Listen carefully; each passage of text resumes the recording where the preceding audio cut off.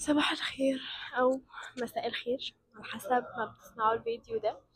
عايزه اقول لكم ان انا بدات فيديو قبل ده عملته 4 دقايق ونص او 5 دقايق كده والصوت ما كانش واضح خالص، فانا مضطره اعيد كل اللي قلته. بس انا عايزه ابدا الفيديو بجمله حلوه قوي.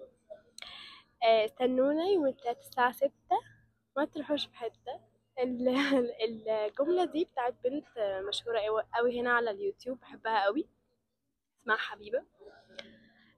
وكانت بتقول: اهلا بكم في برنامجكم المفضل يوم التلات الساعه 6، ما تروحوش في حته. بصوا يا جماعه، ان شاء الله دي تبقى جمله افتتاحيه وشها حلو علينا. كنت بتكلم وبقول ان انا اسمي تقى، عندي 23 سنه، هتخرج من كليه الطب خلال شهر ان شاء الله.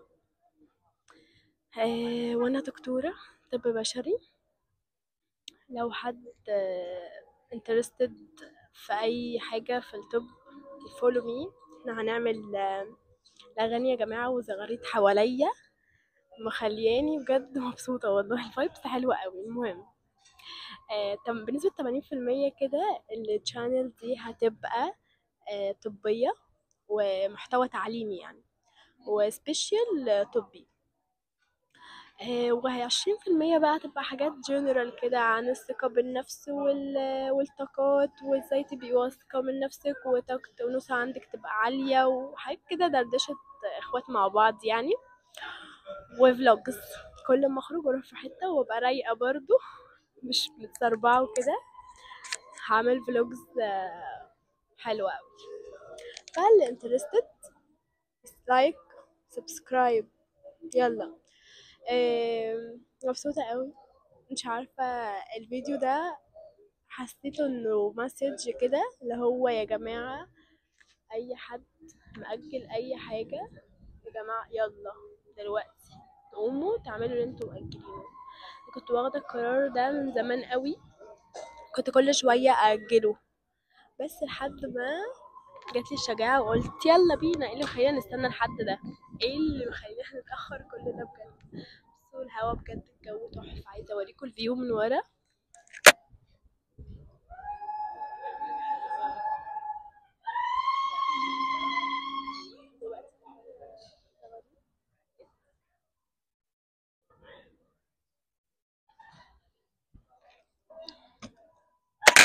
في زغاريت يا جماعة، وفي عروسة هنا في الفندق.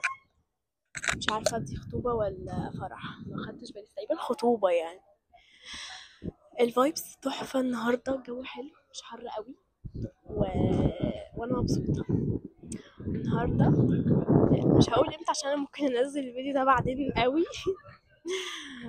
بس اللي كنت عايزة اقوله النهاردة ان انا ان شاء الله هبدأ في اليوتيوب، وهنزل ان شاء الله ان شاء الله فيديوز كتير الفترة الجاية ان شاء الله. نستمر يعني، كل فترة كده تلاقوا فيديو نازل.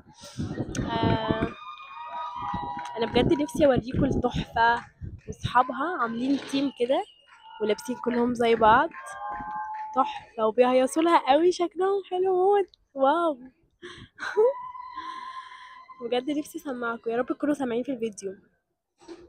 فانا خدت القرار ده، هو متاخر بس مفيش حاجه متاخره، انا لسه عندي 23 سنه. انا كنت واخداه من بدري قوي، بس يعني ما خدتش الستيب. كنت عايزه اعمل كده بس ما خدتش الستيب دلوقتي.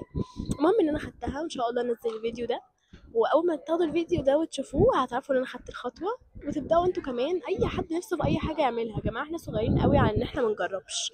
ايه المشكله ما نجرب؟ الناس كلها بدات صغيره، ما حدش بيبدا كده يعمل بوم، الا قليل جدا. تبقى طبعا يعني من عند ربنا، توفيق من ربنا وكل حاجه. بس العادي والمتعارف عليه ان احنا بنبدا نطلع خطوه خطوه لحد ما نتمكن بقى ونبقى تحفه.